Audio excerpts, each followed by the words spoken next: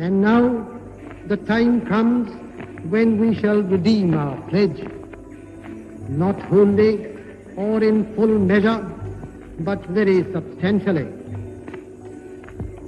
At the stroke of the midnight hour, when the world sleeps, India will awake to life and freedom. सन 1947 भारत और पाकिस्तान दो नए देशों ने जन्म लिया था, पर यह हमेशा से अलग नहीं थे। 47 के पहले हुई कुछ दशकों की घटनाओं ने इन्हें बांट के रख दिया था, वरना 4000 साल पहले भारतीय उपमहाद्वीप में मानवीय सभ्यता की नींव इन दोनों देशों ने आपस में मिल के डाली थी। पर कुछ मुट्ठी भर धार्मिक कट्टरपंथी और ब्रिटिशर्स की बुरी नीयत के चलते हुए यह दोनों मुल्क जो एक हो सकते थे, आज 3323 किलोमीटर का बॉर्डर शेयर करने के लिए मजबूर हो गए। पर जैसे कि खेत जो कि हजारों सालों तक एक समान मिट्टी, एक समान खाद और एक समान देखरेख में रहा हो, उसे अचानक से एक दिन दो हिस्सों में भी बांट दो, फिर भी उसकी तासीर और मिट्टी बदल नहीं जाती। ऐसे ही भारत को दो देश, भारत और पाकिस्तान में बांट देने से इनके हजारों सालों का इतिहास, संस्कृति, रहन सहन जो कि समाज व वहां के लोगों ने मिलकर बनाया था, वह खत्म नहीं हो जाएगा और ना ही बदल जाएगा। आज दोनों देशों को टूटे हुए 75 साल हो गए हैं, पर आज भी इन समानताओं को दोनों देश साझा करते हैं। पर क्या इन दोनों देशों को फिर से एक किया जा सकता है? क्या कोई ऐसा तरीका है जिससे वापस पाकिस्तान को इंडिया में मिलाया जा सके? इसी के बारे में हम इस वीडियो में आगे बात करेंगे। इतिहास की बात करें तो भारतीय मानवीय सभ्यता की शुरुआत दोनों देशों ने मिलकर हड़प्पा सभ्यता के रूप में की थी। आज भी हड़प्पा सभ्यता की कई साइट्स कुछ इंडिया में और कुछ पाकिस्तान में पाई जाती हैं, जिससे साफ होता है कि दुनिया की पहली सिविलाइज्ड सोसाइटी की नींव इन्हीं दोनों देशों ने मिलकर डाली थी। उसके बाद आर्यन का वैदिक कल्चर हो, ग्रेट अशोका का एम्पायर हो, कुषाण एम्पायर हो, गुप्त एम्पायर हो, सभी में भारत और पाकिस्तान एक दूसरे के सूत्रधार के रूप में बंधे रहे। इसके बाद भी अरब और मुगल रूलर्स ने जब मिडिल ईस्ट से अफगानिस्तान, पाकिस्तान के रास्ते भारत में आके आक्रमण किया, वह भी कभी इतना नहीं हो पाया कि इन देशों के आपसी सामंजस्य को खत्म कर पाए। और उस समय भी राजपूत, सल्तनत dynasty, Mughal dynasty, Sikh dynasty, इन लोगों ने दोनों देशों को एक सूत्रधार में बांध के रखा। समय के साथ यहाँ पे कई बदलाव हुए, पर उन बदलावों को दोनों देशों ने साथ में मिलकर साझा किया। और अगर ऐसा ही चलता रहता तो यह दोनों देश कभी अलग होते ही नहीं। पर कुछ लोगों को यह चीज पसंद नहीं थी।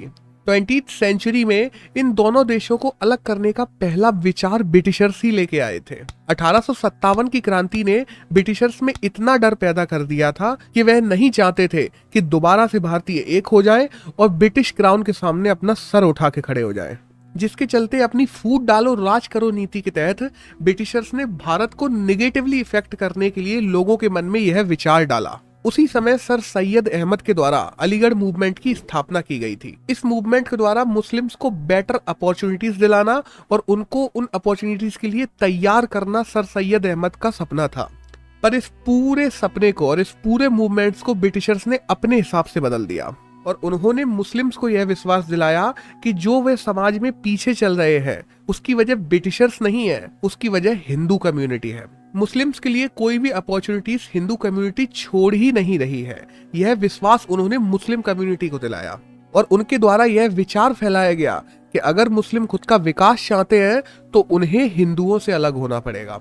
उन्हें अपने एक अलग देश की आवश्यकता पड़ेगी, अपने एक अलग जमीन की आवश्यकता पड़ेगी, जिसको दिलाने में ब्रिटिश सरकार उनकी पूरी मदद करेगी।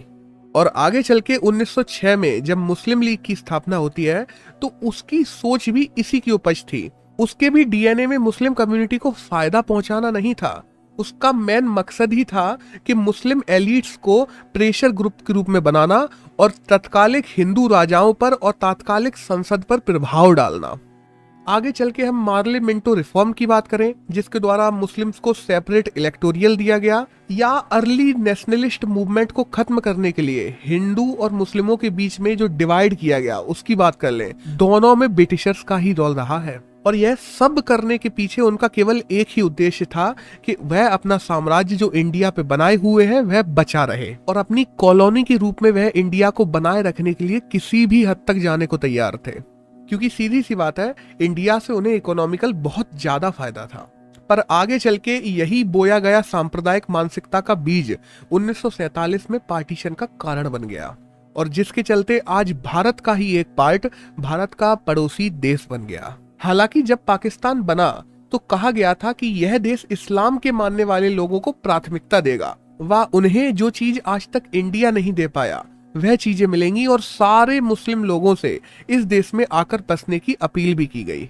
हालांकि उस समय काफी लोग इस देश में चले भी गए, लेकिन ज्यादातर लोगों का यही विश्वास था कि कोई भी धर्म या धर्मांध लोग उन्हें यह बता नहीं सकते कि उनकी मातृभूमि क्या होगी। साथ ही साथ उनका मानना था कि उन्होंने जहां जन्म लिया है वही उनकी मातृभूमि है, और जिसका उदाहरण भी है कि जब पाकिस्तान अलग देश भी बन गया फिर भी भारत में मुस्लिम पाकिस्तान की अपेक्षा ज्यादा ही रहे, और जो मुस्लिम भारत में रहे वह भारत में हिंदुओं के साथ इक्वल राइट्स पा रहे थे और उनके साथ कंधे से कंधा मिलाकर भारत देश को आगे बढ़ाने के लिए खड़े थे। तो एक बार सोचिए कि जिस देश का अस्तित्व उसकी मानसिकता और ऐसी सोच पर खड़ा हो जो कि पूरी तरीके से गलत है, उस देश का अस्तित्व भी हो सकता है। अब हम अपने क्वेश्चन पर वापस आते हैं कि क्या तरीके हैं जिनके द्वारा आज भारत में पाकिस्तान को मिलाया जा सकता है। तो पीछे जो इतने इतिहास की मैंने बात की, इसको बताने का उद्देश्य ही इसी प्रश्न का उत्तर देना था, क्योंकि इतिहास हमें दिखाता है कि हमारी संस्कृति हो या रहन सहन, दोनों देशों ने यह हमेशा साझा किया है, और आज भी भारत और पाकिस्तान को मिलाने में यह बहुत मददगार होंगे। अगर आज भारत अपने रिश्ते पाकिस्तान के साथ अच्छे कर लेता है, चाहे व्यापार बढ़ाना हो या आतंकवाद को साथ मिलकर खत्म करना हो, हर फ्रंट पर दोनों देश साथ मिलकर काम करते हैं और स्थितियां इतनी सामान कर लेते हैं कि भूटान की तरह ही पाकिस्तान के साथ भारत ओपन बॉर्डर शेयर कर सके, तो ऐतिहासिक सांस्कृतिक समानताएं व लोगों के द्वारा आज पाकिस्तान में रहकर भारत में मिलने की जो मांग की जा रही है, उन्हें डिप्लोमेटिक तरीके से भारत अपने पक्ष में ला सकता है। पर इनको करने के लिए डिप्लोमेटिक तरीकों के साथ साथ बहुत बड़ा योगदान होगा डेवलपमेंट का। जब भारत में संसाधन, भारत में जॉब्स, डेवलपमेंट हम लोग उस स्तर पे पहुंचा पाएंगे कि आपस में दोनों देशों के लोगों का आना जाना इतना सुगम बना पाए कि वह लोग खुद आकर देख सकें कि यहाँ भारत में कितनी प्रगति हो चुकी है, तब वहां के लोगों में भारत के प्रति प्रभाव और ज्यादा बढ़ेगा। साथ ही साथ पॉलिटिशियंस हो या मीडिया हाउस, सबको आपसी सामंजस्य बढ़ाना होगा। इंडिया के बिजनेसेस जब पाकिस्तान में जाके इन्वेस्टमेंट करेंगे तो वहां के लोगों का सपोर्ट पाना इंडिया के लिए और आसान हो जाएगा। पाकिस्तान पर डिप्लोमेटिक दबाव भारत बना पाएगा और इसके द्वारा पाकिस्तान को इंडिया में मिलाना भारत के लिए और आसान होता जाएगा, क्योंकि जैसा हम जानते हैं किसी भी क्षेत्र या देश को हम अपने में तभी मिला सकते हैं जब वहां के लोग खुद देश को अपना मान ले, क्योंकि हम केवल जमीन को ही नहीं, उस जमीन पे रहने वाले लोगों को भी भारतीय संघ में जोड़ना चाहते हैं।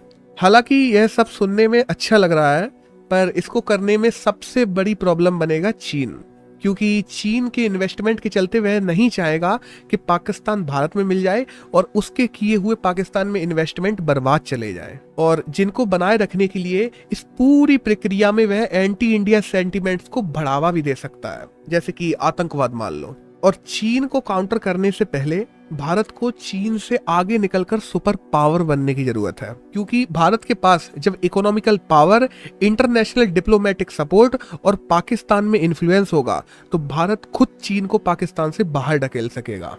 हालांकि यह कुछ दिनों में तो नहीं हो सकता, इसके लिए बहुत लंबे समय की आवश्यकता पड़ेगी, क्योंकि दो देश जो आपस में इतना बैर खाए हुए हैं उनमें आपसी सद्भावना पैदा करना एक छोटे समय का काम तो नहीं है, पर लंबे समय तक की गई आपसी कोशिशें शायद आने वाले समय में इन दोनों देशों के टूटे हुए डीएनए को वापस जोड़ने का काम भी कर सकती हैं, क्योंकि इतिहास में हमारे पास ऐसे देशों की लंबी लिस्ट है जो पहले अलग हुए और वापस में एक भी हो गए, बट इन सब में सबसे बड़ी वजह थी वहां के पाए जाने वाले लोग। हालांकि कुछ लोगों का कहना है कि इसमें एक दूसरा तरीका भी हो सकता है कि हम सेना द्वारा सीधे युद्ध छेड़ दें और पाकिस्तान को भारत में मिला लें, पर यह करने से भारत को बहुत ज्यादा जान माल की हानि होगी।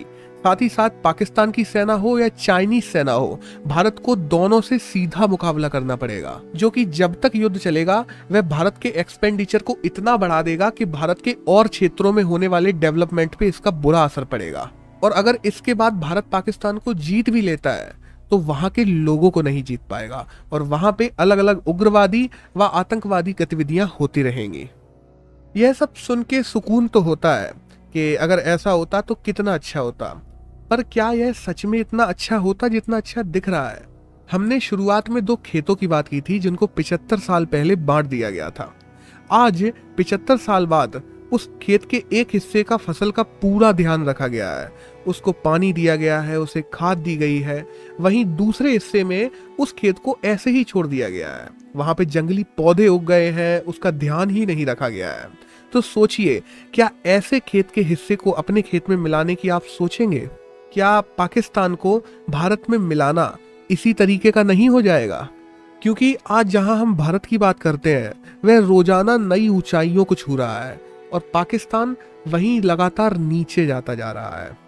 आज पर कैपिटा इनकम हो या वर्ल्ड इकोनॉमी हो, भारत 6th लार्जेस्ट इकोनॉमी बन चुका है और पाकिस्तान अपने लोन की वजह से जगह जगह झूल रहा है। आज यूएनएससी की परमानेंट सीट हो जिनकी दौड़ में भारत सबसे आगे नजर आता है, वहीं पाकिस्तान एफएटीएफ में अपनी टेरर फंडिंग के चलते ग्रे से ब्लैक लिस्ट में आने को हो गया है। आज भारत जियोपॉलिटिकली अपने विश्व स्तरीय फॉरेन पॉलिसी को तय करते समय दूसरे देशों के आंखों में आंखें डाल के बात करता है, वहीं पाकिस्तान आज चाइना की हाथ की कठपुतली बना हुआ है।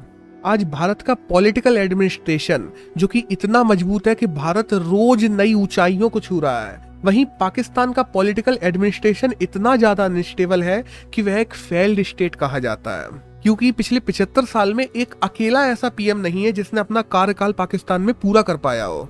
और बाकी तो हम जानते ही हैं कि एक लंबे समय तक पाकिस्तान में आर्मी तक का राज रहा है। तो इन सब सिचुएशंस के चलते डेमोक्रेसी और इक्वालिटी जैसी सोचें पाकिस्तान में धरी की धरी रह जाती हैं और जहां के सिटीजन्स की क्वालिटी ऑफ लाइफ क्या होगी हम अंदाजा ही लगा सकते हैं। आज 2 देश जो 75 साल पहले बंटवारे के बाद एक साथ सफर पे निकले थे, आज एक देश इतना आगे निकल गया है कि दोनों के बीच में एक बड़ी खाई बन गई है।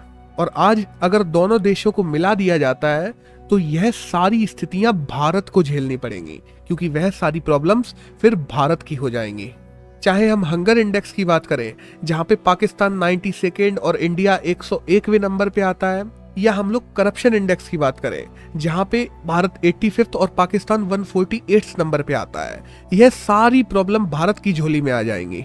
साथ ही साथ एक्सट्रीमिज्म, टेररिज्म पाकिस्तान में कितना ज्यादा है यह शायद मुझे बताने की जरूरत नहीं है। वहां का टेररिज्म केवल साउथ एशिया और दुनिया के लिए ही नहीं, वहां के रहने वाले लोगों के लिए भी आज इतनी बड़ी प्रॉब्लम बना हुआ है कि पाकिस्तान को अगर आज भारत में मिला दिया जाए तो भारत की स्टेबिलिटी पे भी दाग लग सकता है। आज वहां की महंगाई, वहां के अनएम्प्लॉयमेंट के चलते हुए वहां का कॉमन पीपल कितना ज्यादा सफर कर रहा है यह हम मीडिया हाउसेस में आराम से देख सकते हैं। ऐसे में भारत और पाकिस्तान का मर्जर भारत के लिए फायदे से ज्यादा नुकसान लेके आएगा। पर बात आती है कि अगर ऐसी स्थितियां हैं तो भारत में पाकिस्तान का मर्जर किया कैसे जाए, तो उसके लिए सबसे जरूरी है पाकिस्तान का डेवलपमेंट। हम जानते हैं कि भारत के बेटर डेवलपमेंट के लिए भी भारत की जो नेबर कंट्रीज हैं उनका शांत रहना और उनका डेवलप होना बहुत जरूरी है, क्योंकि अगर वहां पे टेररिज्म और घुसपैठ जैसी स्थितियां बनी रहेंगी तो भारत में भी सामान्य स्थितियां रहना बहुत मुश्किल हो जाएंगी।